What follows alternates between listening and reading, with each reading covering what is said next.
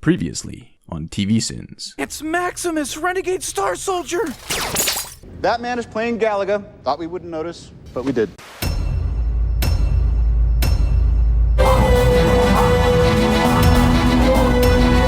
Starting your sci-fi episode with a shot of space cliché. Roll commercials? Why does space and time look like someone stole footage of my colonoscopy and photoshopped a TARDIS inside my black hole? The TARDIS! The what? It's called the TARDIS. That's not even a proper word! A conversation many Whovians have had with their better halves makes it into this episode. What are you dressed like that for? I'm going camping bowling. What do you think, Dumbo? Donna would be out of this world at TVSins. How do you mean lost? That's a good question. There are so many theories on what transpired on the island. Maybe they were dead all along, but that brings up more questions than it answers. Maybe Locke was actually the devil and, he was talking about Rose, wasn't he? Now, where the hell did she go? Showing off, that's what she is. Are these people insane? She vanished. What is this scene? Lights in the sky, or did you touch something? Like something different, something strange? Doctor Who proves once again the show is comprised of 92% rapid-fire questions while the Doctor runs around looking confused. 3:10. Gonna miss it? Are you trying to catch a train to Yuma? No stupid Martian is gonna stop me from getting married. To hell with you!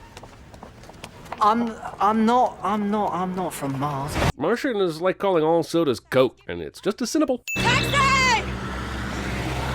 Get his light on! There's another one! No one will be seated during the uber suspenseful 6 different taxis refuse to pick up our protagonist portion of the Christmas special. Why are they stopping? They think I'm in fancy dress. So sturdy! They think I'm drunk. First, that's drunkest. And second, the good doctor was also participating in that hail-fail trail, so why weren't they stopping for him either?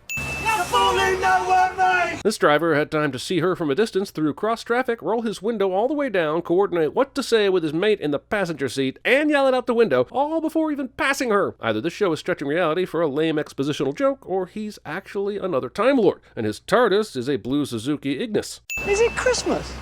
Well, This is a fair question, since there has been very little Christmassy about this Christmas special. I would argue Die Hard is more of a Christmas special than this is so far. These fake Santas take their sweet time proceeding with the intended brass whooping, just so the doctor can run a throw money to the masses who all happen to be paying attention cliche before anything happens. It's a Christmas miracle. I'm late for the wedding. My own wedding. Do you get that? Considering this is roughly the 900th time Donna's mentioned this in the first 12 minutes of this episode, I don't believe she thinks we do. Also, these Santa's eyes keep changing from solid with a pupil to gauzy without one, which makes sense if you have to have a mask with see-through eyes for an actual driver, but doesn't make sense for, well, reality. Sudden Iron Man. Santa's a robot! Jeez, Donna, shut your mouth before a kid hears you. Each parent should get to decide when it's time for their own kids to know about mechanical Santa. Wait, so like all of traffic is still going at the same speed on this highway? Even though everyone behind them can clearly see there's a floating goddamn police box going down the road?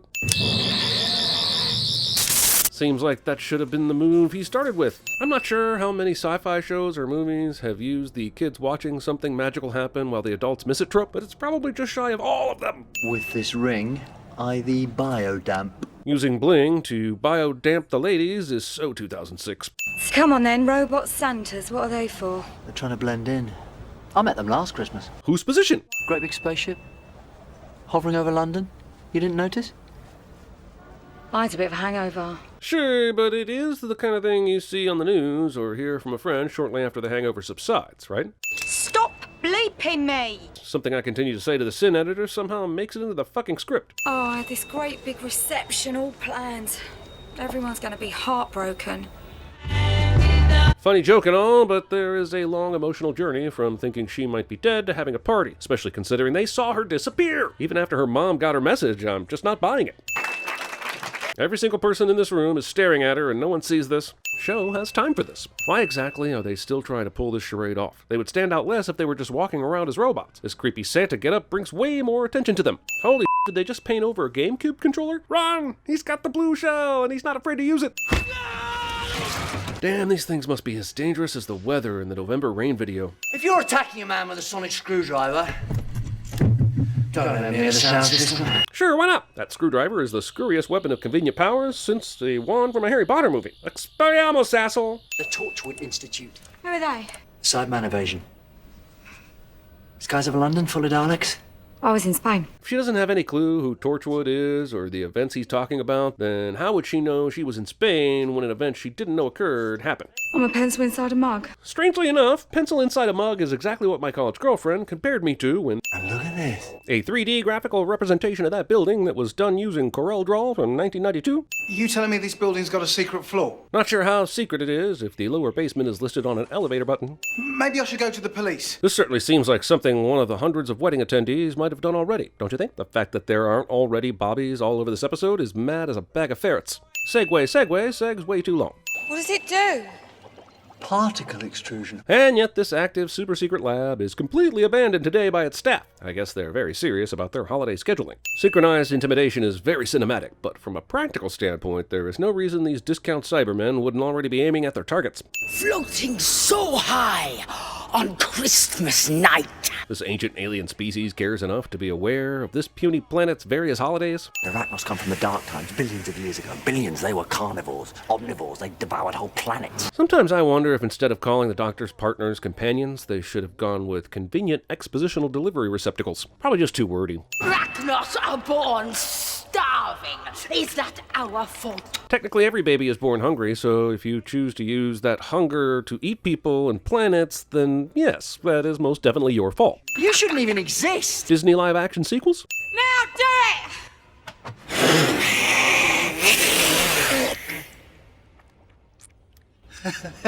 This double-cross makes no sense. Why did Lance even need to do the sprinting axe ruse? There are a million more convenient ways to set up a cruel reveal if that's what your end goal is. Lance is funny.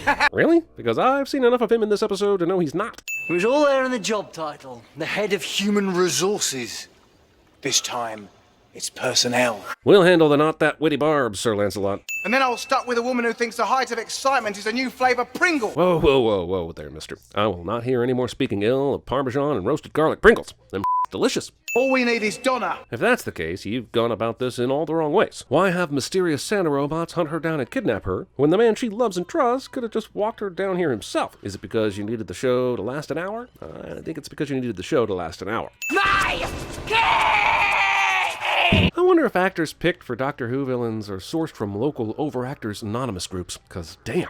Now I have measured the bride's catalysis. I can force feed it. In case you're having trouble understanding her broken Arachnos English, let me translate. She said, remember all those rules we exposited earlier? Well, here are some random words that negate them so the plot can keep plotting. But what do we do? I don't know, I'll make it up as I go along. You don't say! My golden couple.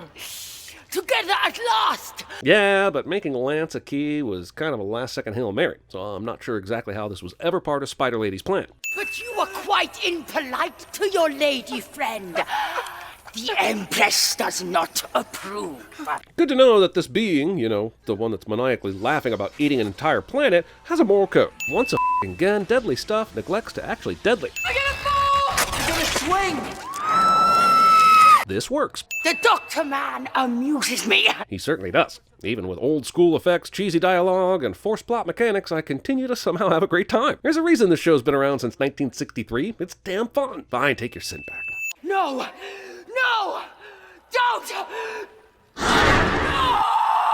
It keeps knowing, and knowing, and knowing. Wait, so the Doctor just opened part of the Thames River to flow down the hole that reaches to the core of the Earth, which is currently emptying the river and doing some crazy to the Earth's core? Isn't everyone here? We've drained the Thames. Good thing the Thames was so shallow then, and also apparently devoid of life. I missed my wedding, lost my job, and became a widow on the same day. Also known as the Circle of Life. I couldn't save him. He deserved it. No, he didn't. He did. You hate Christmas? Yes, I do. Even if it snowed? Good thing I had the atmospheric exciter button installed right by the door for just such a convenient occasion then, isn't it? Well, you could always come with me. Unless, of course, the audience loves me so much that they demand my return, then I'll change my mind because, you know, reasons. It's a little tight around the old web shooter. Mutation. It is the key to our evolution. It has enabled us to evolve from a single-celled organism into the dominant species on the planet. What was that for? I want to go home! Excuse me. We should have turned off back there. You're going in the wrong direction! You're going to kill somebody!